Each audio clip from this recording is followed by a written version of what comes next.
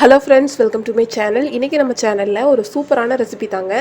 என்னென்னு பார்த்தீங்கன்னா, மணத்தக்காளி கீரை கூட்டு எப்படி பண்ணுறதுன்னு சொல்லி பார்க்கலாம். இந்த கீரை பார்த்தீங்கன்னா ரொம்பவே சத்தான கீரைங்க. விலையும் பார்த்தீங்கன்னா ரொம்ப கம்மியாக கிடைக்கும். அது மட்டும் இல்லைங்க, வீடுகளிலே பார்த்தீங்கன்னா இது வந்து நிறைய பேர் வளர்த்துட்ருப்பீங்க. அந்தளவுக்கு பார்த்தீங்கன்னா இது ரொம்ப சத்தான கீரையில் இதுவும் ஒன்றுங்க. வாய்ப்புண்ணு இருக்கிறவங்க, அதுக்கப்புறம் வயிறுலாம் புண்ணு இருக்குன்னு சொல்கிறாங்கல்ல, அவங்களாம் பார்த்தீங்கன்னா இது ஜூஸாவோ கீரை பொரியலாவோ அப்படி இல்லைன்னா கீரை கூட்டு இந்த மாதிரி நீங்கள் எது வேணாலும் பண்ணி சாப்பிட்லாங்க. அந்தளவுக்கு ரொம்ப சத்தான கீரைங்க. ஸோ இந்த ஈஸியான கீரை கூட்டு எப்படி பண்ணுறதுன்னு பார்க்கலாம். வாங்க வீடியோக்குள்ளே போகலாம். இப்போ வந்து நம்ம ஃபஸ்ட்டு பாசிப்பருப்பை வேக வச்சு எடுக்கணுங்க. அதுக்காக நான் இப்போது ஒரு கப் அளவுக்கு பாசிப்பருப்பை பார்த்திங்கன்னா இந்த குக்கரில் சேர்த்துக்கிறேன். இப்போ இதை நல்லா கழுவி எடுத்துக்கலாங்க. பாசிப்பருப்பு பார்த்திங்கன்னா நல்லா கழுவி எடுத்து அது வேகிறதுக்கு தேவையான அளவுக்கு தண்ணி சேர்த்துட்டேங்க. இப்போ இதில் 2 தக்காளி வந்து சேர்த்துக்கிறேன், கட் பண்ணி இந்த மாதிரி. ஒரு 6 பல் அளவுக்கு பூண்டு சேர்த்துக்கலாங்க. சேர்த்து ஒரு டைம் நல்லா இந்த மாதிரி மிக்ஸ் பண்ணி விட்டுறலாம். மிக்ஸ் பண்ணி விட்ட பின்னாடி பருப்புக்கு தேவையான அளவு உப்பு சேர்த்துக்கலாங்க. கொஞ்சமாக சேர்த்துக்கோங்க. ஏன்னா அப்புறமா நம்ம கீரை வந்து தாளிக்கும் போது பார்த்திங்கன்னா அதுலேயும் உப்பு சேர்ப்போம். ஸோ இப்போ அவ்வளோதான், எல்லாமே முடிஞ்சு. குக்கர் மூடி பார்த்திங்கன்னா க்ளோஸ் பண்ணி வேக வச்சு எடுத்துக்கலாங்க. 3 விசில் வேக வச்சு எடுத்துக்கலாம். பாசிப்பருப்பை பார்த்திங்கன்னா நல்லா வேக வச்சு வச்சுட்டேன். அடுத்து வந்து நம்ம இந்த கீரை கூட்டுக்கு தேவையான மசாலா அரைச்சிக்கலாம். அதுக்காக பார்த்திங்கன்னா ஒரு மிக்ஸி ஜார் எடுத்திருக்கேன். இப்போ இதில் இந்த அளவுக்கு தேங்காய் பார்த்திங்கன்னா எடுத்து வச்சுருக்கேன். இதை சேர்த்துக்கலாம். அரைக்க போகிறதுனால சின்ன சின்னதாக கட் பண்ணி வச்சுருக்கேன். இப்போ வந்து நான் பார்த்திங்கன்னா ஒரு 3 பத்து அளவுக்கு தேங்காயை தான் கட் பண்ணி வச்சுருக்கேன். இதை இந்த மிக்ஸி ஜாரில் சேர்த்துக்கலாம். 1 ஸ்பூன் வாக்கில் சோம்பு சேர்த்துக்கலாம். இப்போ இதை பார்த்திங்கன்னா நல்லா பேஸ்ட்டாக அரைச்சி எடுத்துக்கலாங்க. அடுத்து தாளிச்சிக்கலாங்க. தாளிக்கிறதுக்காக பார்த்திங்கன்னா அடுப்பில் ஒரு கடாய் வச்சுருக்கேன். இப்போ இதில் 2 டேபிள் ஸ்பூன் அளவுக்கு எண்ணெயும் 1 ஸ்பூன் கடுகு, அதுக்கப்புறமா ஒரு 1/4 ஸ்பூனுக்கும் கம்மியாக பார்த்திங்கன்னா சோம்பு சேர்த்துக்கலாம். ஒரு பச்சை மிளகாய் இந்த மாதிரி கீறி வச்சுருக்கேன், சேர்த்துக்கலாம். ஒரு வரமிளகாய் இந்த மாதிரி கிள்ளி வச்சுருக்கேன், சேர்த்துக்கலாம்.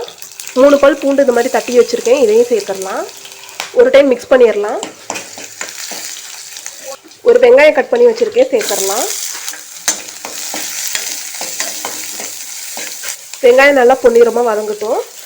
வெங்காயம் பார்த்திங்கன்னா இந்த மாதிரி நல்லா வதங்கிருச்சு. இப்போ இந்த டைமில் நம்ம கீரை சேர்த்துக்கலாம். இந்தளவுக்கு கீரை பார்த்திங்கன்னா நல்லா கட் பண்ணி கழுவி எடுத்து வச்சுருக்கேன். இப்போ இதை பார்த்திங்கன்னா நம்ம சேர்த்துக்கலாம்.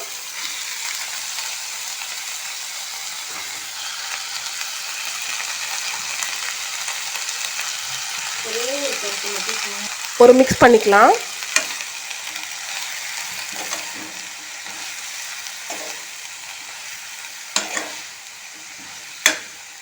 கீரை பார்த்திங்கன்னா கழுவி எடுக்கும்போது கூடவே பார்த்திங்கன்னா கல்லுப்பு மஞ்சள் தூள் போட்டு நல்லா கழுவி எடுத்துக்கோங்க.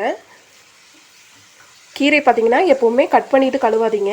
முழுசாக நம்ம பிச்சு வைப்போம்ல, பிச்சு வச்ச பின்னாடி தண்ணியில் பார்த்திங்கன்னா நல்லா ஊற வச்சுருங்க. ஊற வச்சிங்கன்னா அந்த மண் எல்லாமே பார்த்திங்கன்னா அடியில் இறங்கிடும். அப்புறம் பார்த்திங்கன்னா எடுத்து அப்படியே கட் பண்ணி எடுத்துக்கோங்க. இது மாதிரி ரொம்ப வதக்கணும்லாம் அவசியம் கிடையாதுங்க. ஒரு தடவை மிக்ஸ் பண்ணி விட்டிங்கன்னா கீரையோட அளவு இந்த மாதிரி குறைஞ்சிரும். அப்போ தான் நமக்கு உப்பு சேர்க்குறதுக்கும் வசதியாக இருக்கும். அடுத்து இதில் மிளகாய்த்தூள் சேர்த்துக்கலாம். 1/2 ஸ்பூன் அளவுக்கு மிளகாய்த்தூள் சேர்த்துக்கலாம். 1/2 ஸ்பூன் அளவுக்கு மல்லித்தூள் சேர்த்துக்கலாம். சேர்த்து ஒரு தடவை மிக்ஸ் பண்ணிக்கலாம். இப்போ இதில் ஒரு கப் அளவுக்கு தண்ணி சேர்த்துக்கலாம்.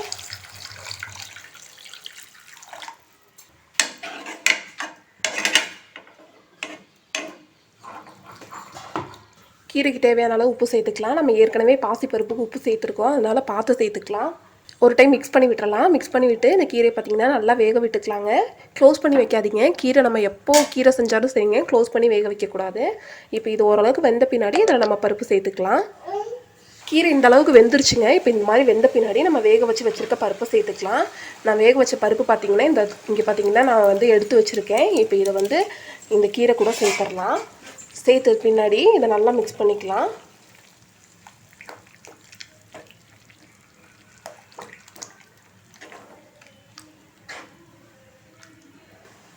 இதை நீங்கள் அப்படியே விடுறதுனால விட்டுறலாம், இல்லை மஞ்சள் தூள் வந்து சேர்க்குறதுனால சேர்த்துக்கலாம். நான் வந்து இப்போ பார்த்திங்கன்னா இதில் 1/2 ஸ்பூன் வாக்கில் மஞ்சள் தூள் சேர்த்துக்கிறேன்.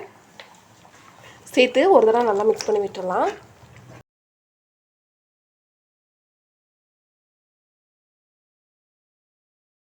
உப்பு பார்த்திங்கன்னா செக் பண்ணிக்கோங்க. ஒருவேளை உப்பு பத்தலைன்னா இப்போவே உப்பு சேர்த்துக்கோங்க.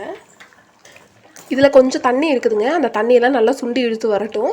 ஒரு 3 நிமிஷம் பார்த்தீங்கன்னா இது இந்த மாதிரி கொதிய விட்டிங்க அப்படின்னா தண்ணியும் ட்ரை ஆயிரும். அதே டைமில் பார்த்தீங்கன்னா இந்த நம்ம போட்ட மஞ்சள் தூளோட அந்த பச்சை வாசம் எல்லாமே போயிடும். இப்போ ஒரு 3 நிமிஷம் வெயிட் பண்ணலாம். பாருங்கள், கூட்டு இந்தளவுக்கு திக்காயிருச்சு. திக்கான பின்னாடி நம்ம வந்து அரைச்சி வச்ச தேங்காவை பார்த்திங்கன்னா சேர்த்துக்கலாம். இந்த மாதிரி பல்ஸ் வச்சு தாங்க எடுக்கணும். நீங்கள் பார்த்தீங்கன்னா ரொம்ப மையவெல்லாம் அரைச்சிடாதீங்க. தண்ணி கூட சேர்க்க வேண்டாம். இந்த மாதிரி அரைச்சிங்கன்னா போதும். இப்போ இதை பார்த்திங்கன்னா இதில் சேர்த்துக்கலாம்.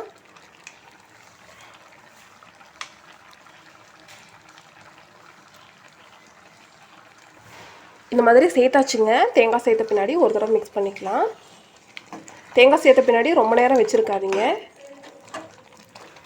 அவ்வளோதாங்க, தேங்காய் போட்டு ரொம்ப நேரம் வச்சுருக்க வேண்டியதில்லை. அதனால் நம்ம பார்த்திங்கன்னா ஒரு கொதி வந்ததும் அடுப்பை ஆஃப் பண்ணிடலாம். இப்போ பார்த்திங்கன்னா நம்மளோட சூப்பரான மணத்தக்காளி கீரை கூட்டு பார்த்திங்கன்னா ரெடி ஆயிடுச்சுங்க. ரொம்பவே டேஸ்ட்டாக இருக்கும். நீங்கள் இந்த மாதிரி ஒரு தடவை ட்ரை பண்ணி பாருங்கள். கண்டிப்பாக உங்கள் எல்லாத்துக்குமே பிடிக்கும்னு நினைக்கிறேன். ஸோ பிடிச்சிருந்துச்சுன்னா லைக் பண்ணுங்கள், ஷேர் பண்ணுங்கள், கமெண்ட் பண்ணுங்கள். மறக்காமல் நம்ம சேனலை சப்ஸ்கிரைப் பண்ணி பக்கத்தில் இருக்க பெல் பட்டனை கிளிக் பண்ணி ஆளுங்கிற ஆப்ஷனை செலக்ட் பண்ணி வைங்க. அப்போ தான் நம்ம போடக்கூடிய வீடியோஸோட நோட்டிஃபிகேஷன் எல்லாமே உங்களுக்கு வரும். தேங்க்யூ ஃபார் வாட்சிங் ஃப்ரெண்ட்ஸ்.